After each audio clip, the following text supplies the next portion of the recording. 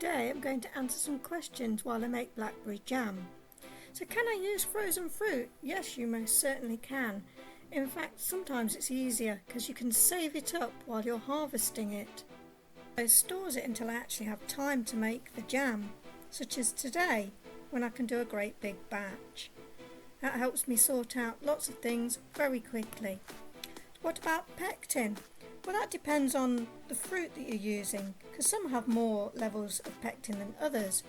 But if you've got a low pectin fruit, such as strawberries, you can use lemon juice or use apples as well.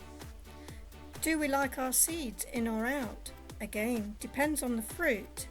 My children like the seeds out because they like a smoother jam. I don't mind on some of them. I prefer them out on red currants, but I don't mind raspberries or blackberries. I like the seeds in on either of those. How many jars from that much fruit? Well, this was my blackberry harvest and I used it in a couple of recipes here, but the amount I actually weighed out to make the jam today was enough to make 4.25 kilograms, and it made 20 jars.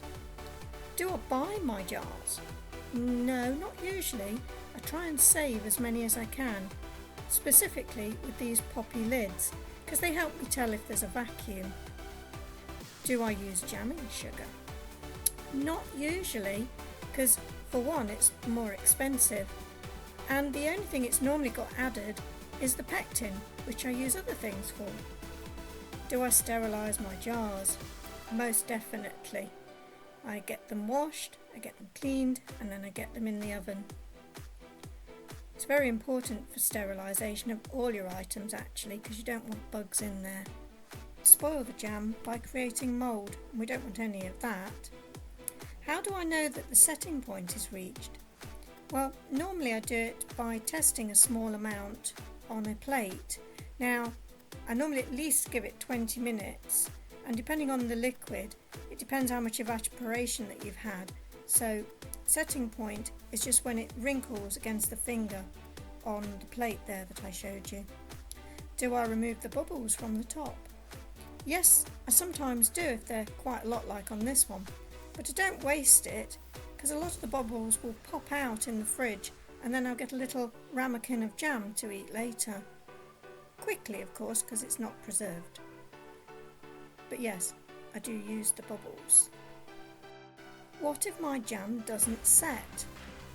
Well, there's a few things you can do here. One, you just go, okay, haven't made that much, I'll put it on ice cream, or I'll use it as a pudding, or I'll put it in a crumble. But if you really want it as jam or you've made quite a lot, then the best idea is just to get it back out the jars, reboil it and re-sterilise the jars. And then it will boil down. How do I clean my rims? I use vinegar on a nice clean cloth. How much jam do I need for a year? Well, it really depends on how much jam you like to eat. If you have 52 weeks in a year and you want a couple of jars a week, that's 104 jars. I currently have about 70 in the garage and the fridge, and the blackberries just made 20. So I'm well on the way to getting enough for a year. Thank you for watching.